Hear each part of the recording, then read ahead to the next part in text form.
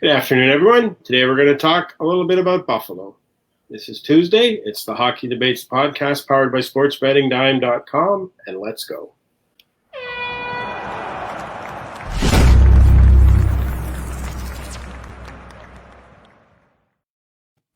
Welcome, everyone, and as we mentioned, this is the Hockey Debates podcast, which is brought to you by Sports Betting Dime, your leading source for odds, sports news, and game predictions. If you're looking to see who's the favorite to win the Stanley Cup, the Hart Trophy, or who's going to win a specific playoff series, you want to check out all the info at sportsbettingdime.com. We'll be talking about some of their odds today, and we'll also leave you a link to their site in the description of this episode so you can check them out for yourselves. Kevin, why don't you introduce today's guest? Our special guest is Mike Harrington of the Buffalo Evening News, who nobody knows the Buffalo Sabres better than Mike does. He's been covering for a long time. He's a columnist, and anyone who follows him knows that he doesn't just give you the news. He gives you very insightful analysis. And, Mike, we talk a lot about betting on this show. I don't recall that there are any odds on Taylor Hall ending up with Buffalo. But if there were and somebody bet them, they made a lot of money. Certainly no one saw this coming. I can't even imagine that even you, who follows them closely, had any inkling that this might occur. You know, Kevin, Bob, thanks for having me on. I thought they would at least inquire simply because of the Ralph Kruger connection.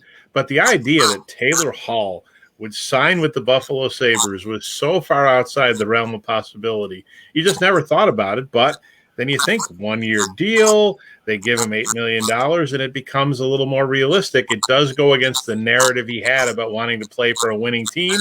But he's betting on himself, and he certainly made the team better, so we'll have to see what impact it has.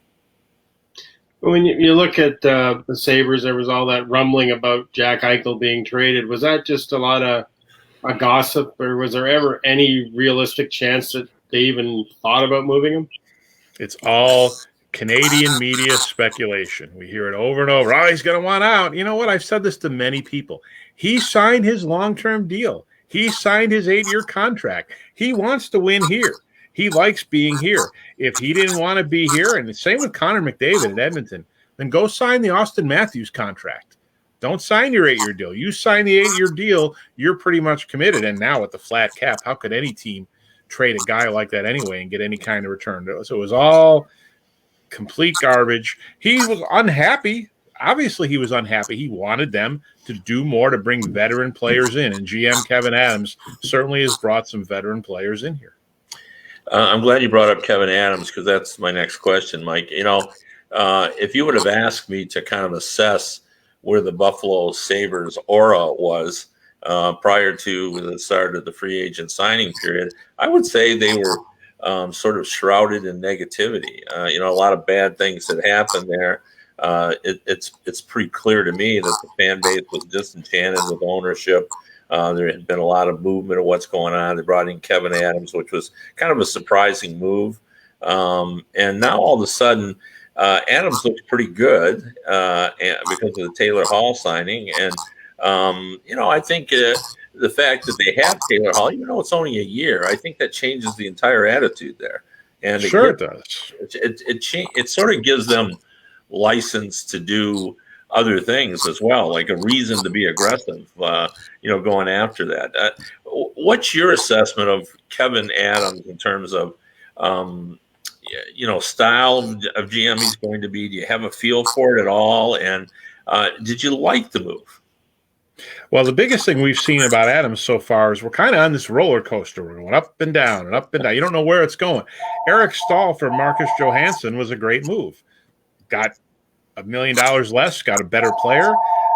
The draft, not such a great move. People think taking Quinn over guys like Perfetti or Marco Rossi. We'll have to see, though. The kid did score 52 goals. You'll find out in 2 or 3 years how good a move that was. 3 years for Zemgus Girgensons. What is he doing? 3 years for Tage Thompson. What is he doing? 1 year at $700,000 for Tobias Reeder, not bad. 2 years for Cody Eakin, what is he doing? So you get my point. He's really been up and down. In terms of a personality, I think the biggest thing we've learned about Kevin Adams is he is not on a rebuilding plan. He understands the pressure from this fan base and from ownership is to win now and get into the playoffs now, and the pressure internally from people like Jack Eichel. So he's acting like a GM who is playing for this year and not 2 or 3 years down the road. They just can't do that here anymore. It seems like there's a lot of play at work here in the Adams, or not the Adams, what used to be the Adams division, in the Atlantic division. You look at a team like Toronto, they're probably still going to be, a 100-point team and make the playoffs. Certainly Tampa's going to be a playoff team as a defending Cup champs. You look at the Boston Bruins, and they might be a vulnerable team. There's a lot of uncertainty there. Sure. You look at the moves the Sabres made. You look at the moves Montreal made. Could we see a different look maybe to the division this year? Well, you know what I was going to say, Bob? You're going to see a little bit of a different look. Montreal certainly looks better. We don't know about Florida and Boston, but if you're the Sabres right now, I think you're a little nervous because if this league is forced to realign and it goes to a Canadian division, and all of a sudden the Sabres are in essentially the Metro division, their outlook isn't as good if they're in the same division as Washington, Pittsburgh, the Islanders, the Rangers, Columbus. So they're probably hoping things stay status quo. They're in a better shape if it stays in the Atlantic, but I don't know what's going to happen. If it goes to that Canadian division, the Sabres are really going to be down the barrel again and trying to figure things out because that could really be a big negative for them. Yeah. Did you think at any point they were going to change up their goaltending a little bit? Usually when you're in the situation they were, I thought for sure at the very least we'd have a cosmetic change, that we'd see a Grice coming in that may or may not be an upgrade. But at least it would have a different look. But they didn't. What's your thoughts on that and why they didn't make that move? It's October 27th. They should still make a change in their goaltending. I still think it's holding them back. But you know what? It looks like they're pretty much done. They've said publicly that, Ralph Kruger said it, we're going to go forward with Linus Ullmark and Carter Hutton. A lot of people thought they should have bought out Carter Hutton, gone with Ullmark and somebody else. They're just trying to get through 1 year. I think they really think their prospect, Ukko-Pekka Luukkonen, is going to be ready in 21-22. That's a little bit optimistic, but they need to get a year in with him in Rochester, assuming there is an AHL this year. But to me, I think it's a massive risk going with this same goaltending tandem, but they're hoping, A, that Ullmark is better, and he did have some good moments last year, and B, they're banking on Carter Hutton being better on the theory that a lot of his trouble last year was based on his eye problems, which they feel they've had corrected. That's a big roll of the dice, and that could really torpedo the whole thing in my mind. They've improved in a lot of areas, but status quo and goal, I'm not feeling that good about. There's kind of an interesting symmetry to bringing Taylor Hall into play on the same team as Jack Eichel. When you think back to the Hall's draft year, there was the big Tyler Seguin debate, and certainly in Eichel's draft year, Eichel and McDavid were far and away the two best players in that draft, and now you've got Taylor Hall, who started his career on the same team with McDavid, and now he's going to be playing with Jack Eichel. Do you suspect they'll be on the same line? And how do you see the chemistry working with those two? Yeah, I don't think there's any question that Taylor Hall is going to be on Jack Eichel's line. I think that was a big attraction for him to sign the deal here. I think they told him point blank, even though they said they didn't, you're going to play most of the time with Jack Eichel. That's why Taylor Hall can bet on himself. Jeff Skinner got 8 years and $72 million playing on Jack Eichel's wing, scoring 40 goals. And then all of a sudden last year, Kruger doesn't put him with Jack Eichel, which I still don't understand, but he's not going to play with Jack Eichel now. That's one risk the Sabres have. Taylor Hall blows up, has a great year with Jack Eichel, go sign somewhere else, So, that's part of the deal for Taylor Hall, but I think he's going to really benefit from Jack Eichel. And Jack Eichel needs a top guy like that on that left wing. I think it's going to be a dynamic combination, assuming Taylor Hall is healthy and he says his knee is feeling much better. And I think the Sabres will really benefit from that. You talked earlier about the Eric Stahl acquisition, and when I look at this Buffalo team, as excited as I would be about adding Taylor Hall if I was the fan base there, I'm equally excited about Eric Stahl.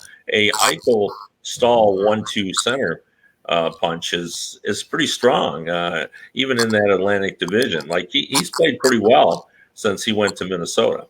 He has. And obviously, you're still looking at a guy pushing 36 years old who has a lot left in the tank. But the biggest thing to me is contributions. There just have not been a lot of winning players in that locker room over the last few years. And Eric Stahl is a winning player. Right back, you go to 2006 when he was a young player and won that Stanley Cup in Carolina. Whose house was he at a lot of the time for dinner? Yeah. Kevin Adams, the current Sabres GM, a veteran on that Carolina team. So there was a connection there. Eric Stahl, I think, was shocked by the trade. The Sabres weren't on his list. He was set in Minnesota, but I think Bill Guerin wanted to blow up the chemistry of the Wild a little bit. And we did not speak to Eric Stahl since the Taylor Hall situation. I'm sure his outlook on Buffalo is a little better now than it was when he was first traded. And here's the biggest thing, Kevin, to me.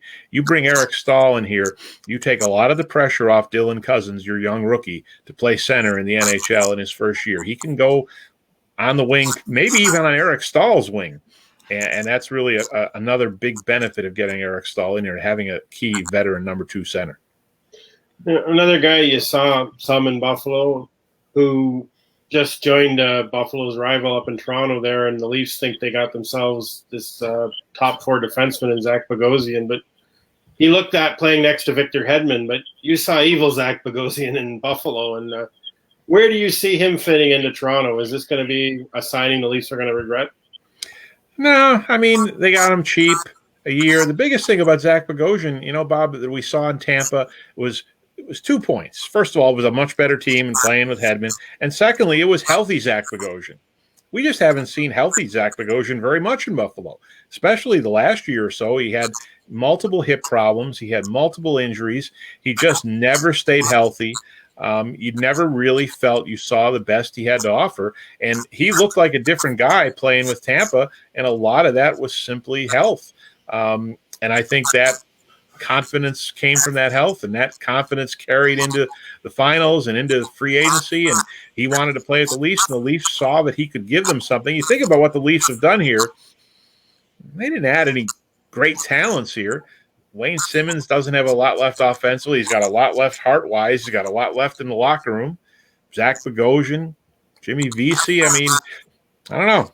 The Leafs fascinate me because they haven't done it with their stars, but they haven't had enough complementary players, and Kyle Dubas went to the well again, and we'll see what happens. Well, I think Bogosian made a mistake, though, by not going to Brisebois and Tampa and begging him to let him stay there because – I just had the impression that Brisebois and Bogosian had this conversation where he just said, you just be who you are and don't get in Hedman's way, and everybody will be happy.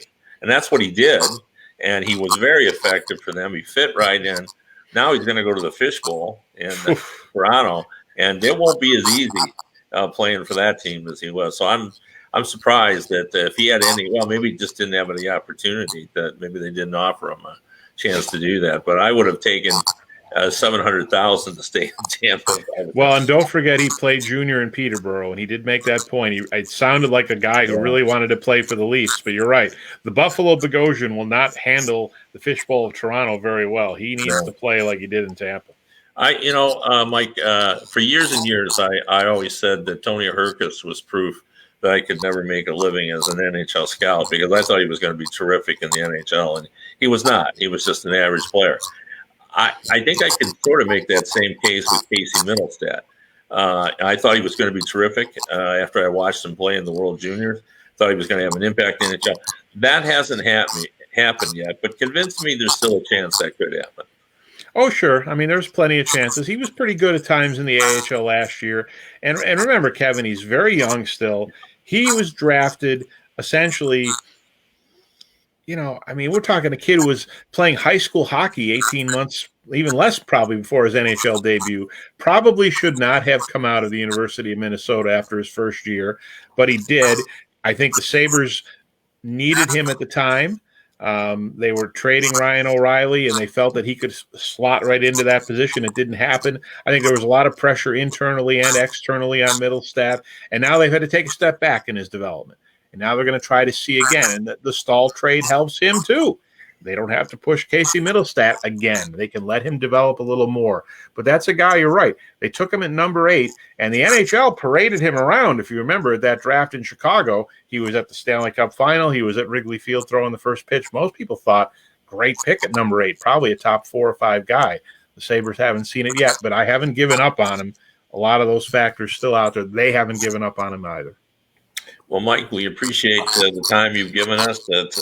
It's always great to get someone who knows their team as well as you do. So thanks for that. I hope to see you up the road. All right, Kevin, Bob, take care. Stay safe. Thanks, Mike.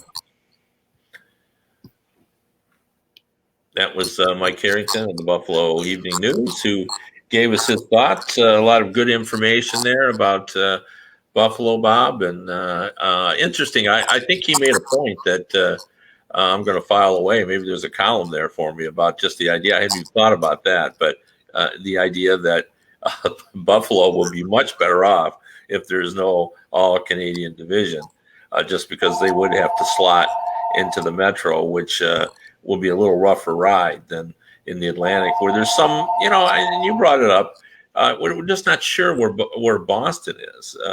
They may just be just as good, but, the fact that there's no Chara signing, yet we don't know what's going to happen with DeBrusk. There's just some uncertainty there. No Torrey Krug anymore. So that team, quite crazy, is going to be a year older. In fact, they're all going to be a year older. There's not many spring chickens, as my grandma used to say, on that team. Yeah, it kind of reminds you a little bit of the Red Wings, when the well finally ran dry and they stopped finding guys like Kronwall and Zetterberg and Datsuk to kind of, who all stepped in for the likes of Yzerman and Shanahan and when they left. But you look around Boston and you don't see the heir apparent for Bergeron. You don't, I guess Charlie McAvoy is the kind of the heir apparent for Chara, but certainly there's no heir apparent evident for Tuukka Rask. So you just wonder, is this a team that's poised to go off a cliff?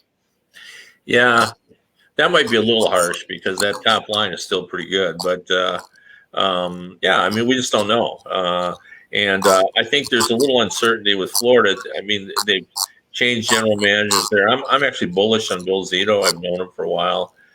He was an agent who then went to the Columbus Blue Jackets and worked under Kekalainen and then really put the work in the vineyard, learning how to be a GM.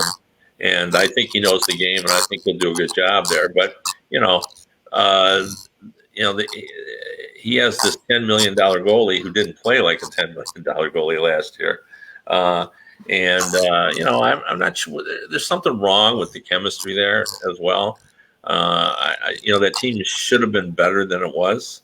And maybe they're the Minnesota Wild of the East in terms of you can't quite put your finger on why, they didn't do better. That defense should have been better than it was. It's going to be interesting too to see Bill Zito inherit Joel Quenneville. Now, Joel Quenneville is just a great human being. Love talking to him. But you know what? He kind of has his own status and aura, and that's not easy for a young general manager to inherit, a guy that kind of has his own ways of doing things. I mean, Bill may have a great plan in his mind for bringing in players, but what if Joel doesn't like them? We've seen what happens when Joel doesn't like players. They don't play. Regardless of whether or not his GM brought him in or not. So it's going to be interesting to see what happens in the Atlantic. And, the Red Wings got better. There's no doubt. Like, they're far more credible. They couldn't have got worse. Pardon me? They couldn't have got any worse. That's for sure. But they're more credible in terms of their competitiveness. Like, I'm not suggesting they're going to make the playoffs. But, you're not going to be able to just – mark as you look ahead of the schedule, put a check mark. Well, okay, there's a win against Detroit, and I say that simply because their defense now has a bunch of veteran guys who kind of know what they're doing. Led by Mark Stahl, look, that's not the Mark Stahl that entered the league, but he knows how to keep the puck out of his net, So I just think that Yzerman did a good job in the offseason just to make that team more credible. And I think that's the word I would use. Yeah, he seems to understand they've got a long way to go yet. And the other thing about those moves is he's positioned himself pretty much with every person they brought in that he could move any of them at the deadline and get more assets to build for the future.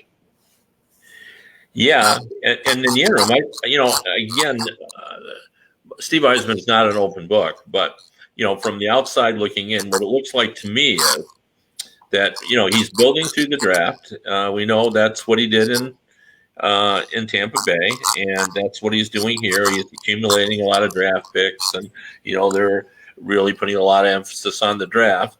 But I think he watched what happened last year and probably took note of the impact it was having on the younger players, the Dylan Larkins, the Tyler Bertuzzi's, Anthony Mantha, Hronek, and said, this probably can't be good for their development to have all this losing going on. And I think he made an effort his mission probably was, hey, look, we're going to continue on with the course of building through the draft, but I'm bringing in some guys this year, including another goalie to help Bernier, so that we're going to be more competitive. And I think that's the key for him. He just wants a team that is going to be more competitive, and I think that helps in the development of young players as well. It's going to be interesting, too. Like Tyler Bertuzzi had his arbitration hearing today, and it went in favor of the team, not Bertuzzi. Now, it's pretty rare all the years that I've been around the Red Wings. I think this is maybe the second or third time I can recall a Detroit player ending up going to arbitration. Usually they found common ground.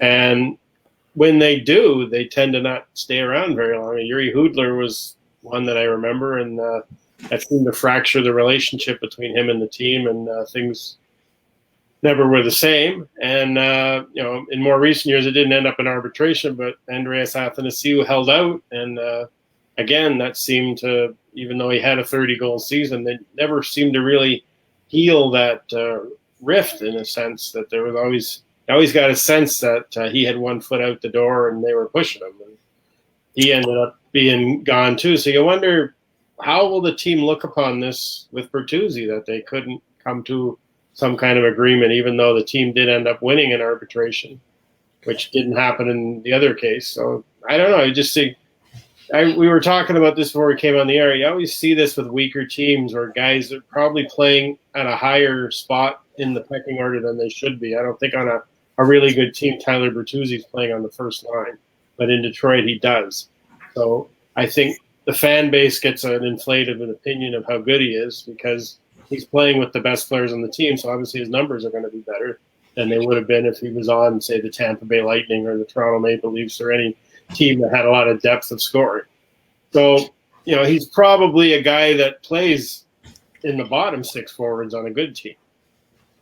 Well, yeah, I think it's the player, too, that gets an inflated perspective on, by playing on a top line. He thinks he's a top line player. But Bertuzzi has always exceeded expectations no matter where he's been, as you know.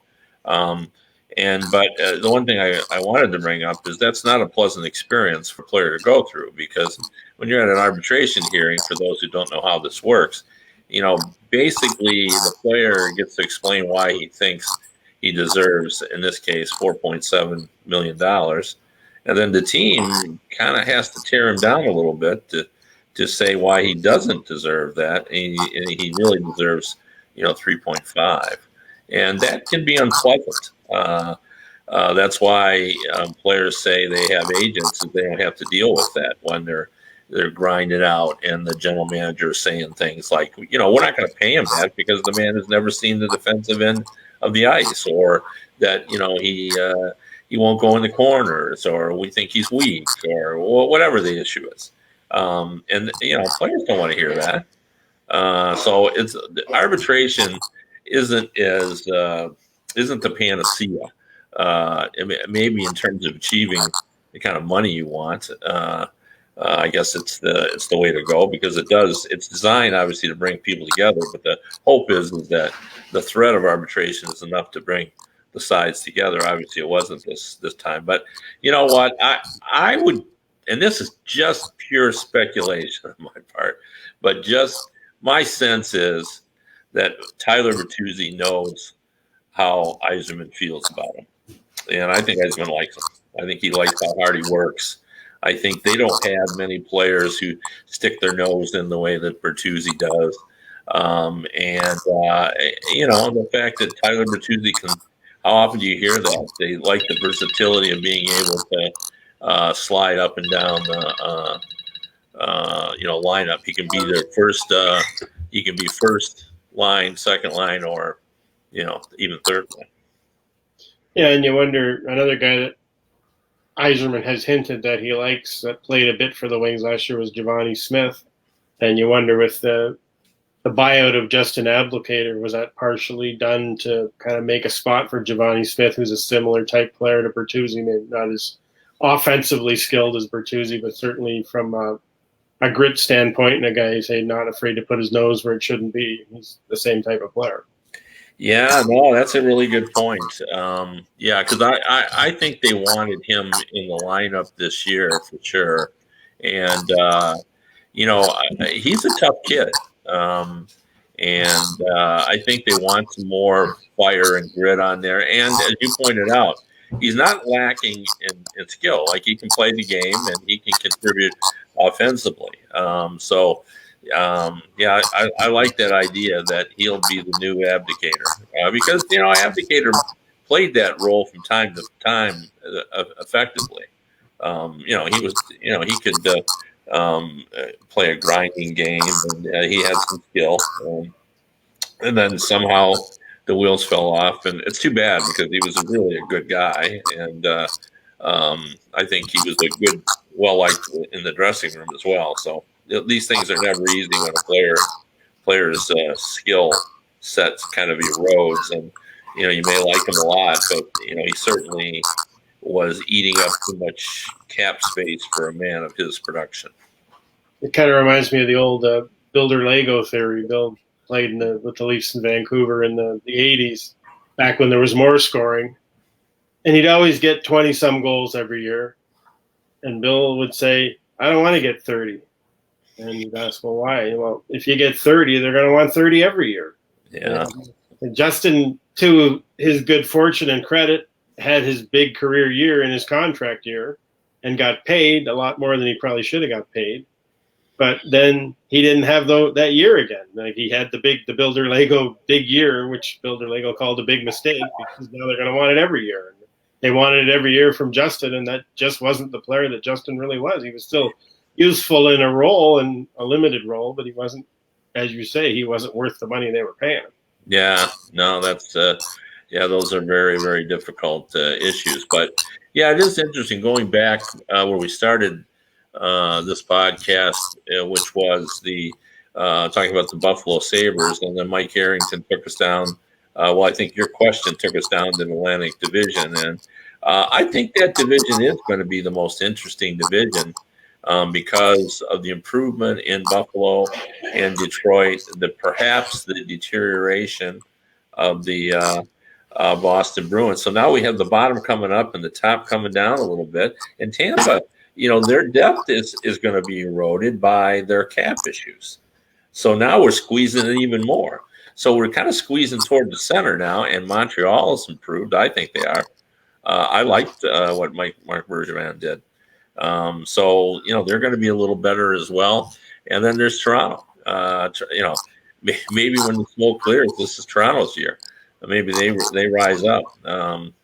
Toronto's a hard read. Like, I'd get your thoughts on this, but I look at the moves they make, and it's a bit of a head scratcher of what that team is like when we shake it all up. Yeah, it was interesting. They had a debate on TSN last week on this proposed Canadian division, if it were to be. And our good friend Craig Button, he put Toronto as the fourth best Canadian team, which I thought was a little low, but he really liked Montreal. He likes the Canucks. He likes the Oilers. He still thinks that the Jets can play. If the Leafs might be, you talk about Buffalo worrying about playing in that, if that Canadian division happened, I think the Leafs might be a little worried by it, because there's probably not as many good teams in the Atlantic that they'd have to beat out for a playoff spot that they might have to beat out in a Canadian division. Well, in all Canadian division, and I said this when we talked about it before, but other than Ottawa, you can't rule out anybody in that group as a possible division winner. When we were talking about betting before, I think there's 2 or 3 teams. The teams that to me that have the 3rd, 4th, and 5th best odds there might be all worth betting because their odds are going to be give you the potential for a big payoff, and they're all going to have a chance to win it. You look at that, Winnipeg is another team. Like, there's a bunch of skill there, and they got a great goalie.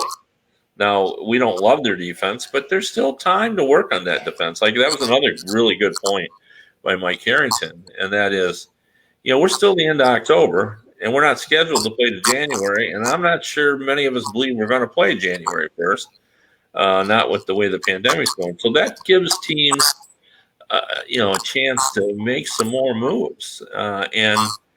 People are just looking at the free agent list and thinking, well, I'm not sure any of those players can help us. Well, there are players on rosters right now that could be moved as well because of cap issues, and maybe those players could help more. This may not be the groups that we see, starting. So, it's going to be interesting to see. I would almost like to see that Canadian division just from the competitive aspect of it all. Yeah, well, we're not going to solve that problem today because we're out of time, but we will pick up this discussion when you join us again on Thursday for the Thursday edition of the Hockey Debates podcast powered by Sports Betting Dime. I'm Bob, he's Kevin, and we'll see you guys all back here on Thursday afternoon.